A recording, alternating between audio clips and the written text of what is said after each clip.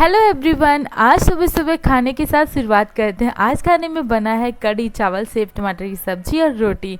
आज सुबह सुबह खाना क्यों? क्योंकि आज मैं थोड़ा सा उठने में लेट हो गई थी और आज तो मुझे अपने बेटे को स्कूल भी भेजना था। इस वजह से मैंने कोई भी चीज़ें शूट नहीं कर पाई।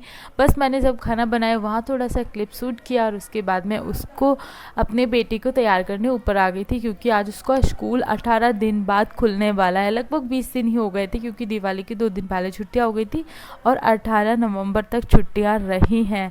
तो मतलब आज फाइनली वो स्कूल जा रहा है और काफ़ी दिन हो गए। उसको भी ऐसा फील हो रहा था कि मतलब एक अलग ज़िंदगी जी रहा था और फाइनली अभी उसको स्टार्ट करना होगा।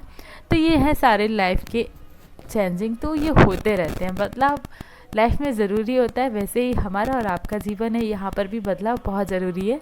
तो मैंने सुबह के सारे काम फिनिश यहाँ पे कर चुकी थी, बस थोड़ी सी खाना बाकी था वो बनाऊंगी और उसके बाद बर्तन वर्तन धोने के बाद मैं बैठ जाऊँगी अपनी पढ़ाई करने।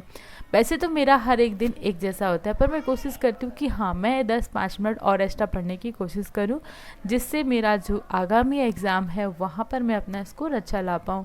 तो कोशिश यही थी कि आज बहुत अच्छे से पढ़ूंगी और जब मेरा बेटा स्कूल जाएगा उससे पहले मैं सारा काम करके कंप्लीट हो जाऊंगी।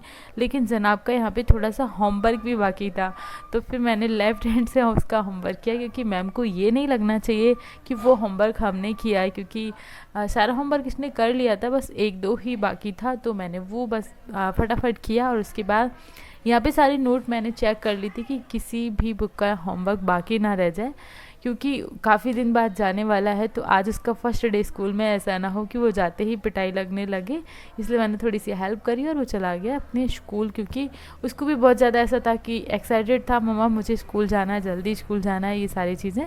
तो उसको तैयार करने के बाद फिर मैं अपने सारे बर्तन भी क्लीन करूँगी और उसके बाद फिर बैठूँगी अपनी पढ़ाई लेके।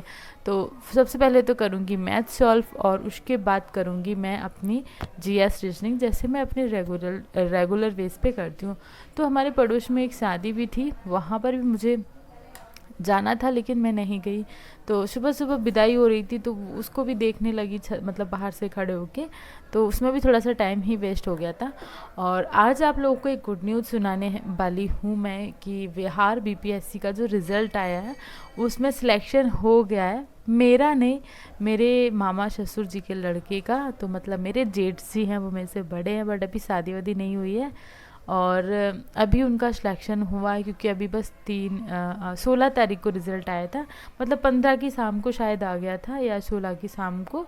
तो सुबह सुबह ही इतनी अच्छी गुड न्यूज़ मिल गई थी मुझे, पर मैंने आप लोगों के साथ शेयर नहीं करा था। बस आज मुझे टाइम मिला और मुझे लगा आप लोगों के साथ शेयर करूं कि उनकी जर्नी मैं इसलिए शेयर यहाँ पर कर रही हूँ, क्योंकि उनकी लाइफ में बहुत सारे चेंजिंग थे, बहुत सारे मतलब मेरे जो मामा जी हैं, मामी जी हैं, घर पे एक हाउस वाइफ की तरह मामी रहती है। मामा जी भी बहुत ज़्यादा पैसे नहीं हैं, ठीक ठाक थे अपनी लाइफ में, मतलब चल रहा था और इतनी ज़्यादा खेती बाड़ी भी नहीं थी, सब कुछ ठीक था। और मामा का जो लड़का था वो कानपुर में अपनी पढ़ाई कंप्लीट कर रहा था, लेकिन वहाँ पर भी उसको बहुत सारी प्रॉब्लम फेस करनी पड़ रही थी, जैसे पैसे कहाँ से आएंगे, क्योंकि वहाँ पर अगर अलग रूम लेके पढ़ाई कर रहे हैं तो खाने के लिए भी चाहिए और वहाँ रहने का रेंट, मतलब बहुत सारी चीज़ें होती हैं जो एक एस्पेरेंट को झेलनी पड़ती। ऊपर से खर्चा कहाँ से आएगा इतना सारा, क्योंकि मामा मामी दोनों ही घर पे ही हैं और नॉर्मल था सब कुछ। और जो मेरे नाना जी थे वो काफ़ी टाइम पहले ऑफ हो गए थे, इसलिए उनकी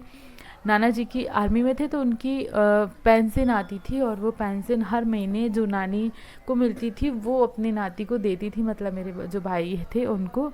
तो उससे ही उनके खर्चे चल रहे थे। कभी कभार तो उनके फ़ोन में बैलेंस भी नहीं हो पाता था, क्योंकि वो सारी चीज़ें इनके साथ, मेरे हस्बैंड के साथ शेयर करते रहते थे कि ये प्रॉब्लम झेलनी पड़ रही है, ये सारी चीज़ें। तो हमसे भी इतना ज़्यादा नहीं हो पाता था, क्योंकि हम भी एक मिडिल फैमिली से हैं, पर जितना बना उतना 1-2% का 0% जो भी हेल्प कर बनी वो करी। पर उनका जब सिलेक्शन हुआ तो सच में बहुत अच्छा लगा, क्योंकि उन्होंने मेहनत करी है। मैंने देखा उन्होंने 7 से 8 साल कानपुर में बिताया, उसके बाद आज उनका सिलेक्शन हुआ। वो भी यूपी के हैं और बिहार में सिलेक्शन होना बहुत मुश्किल की बात है, क्योंकि बिहार में बहुत ज़्यादा पहले से ही कंपटीशन होता है, ऊपर से शिक्षक को लेके तो बहुत ज़्यादा ही मतलब कंपटीशन है रहता है। तो बाहर का कोई सिलेक्शन ले पाए ऐसा तो पॉसिबल ही नहीं था, पर उनका सिलेक्शन हुआ। काफ़ी अच्छा लगा ये देख के कि अगर एक बंदा इतनी परिस्थितियों के बाद भी सिलेक्शन ले सकता है तो हम लोग भी क्यों नहीं।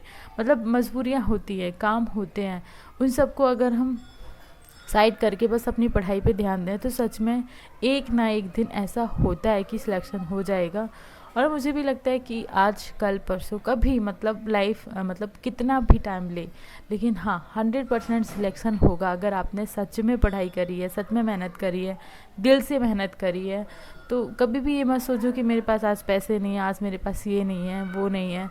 लेकिन एक टाइम आएगा जब आपके पास सब कुछ होगा। और पता है उनकी जैसे ही सिलेक्शन हुआ उनकी शादियाँ भी आगे पीछे घूमने लगी हैं।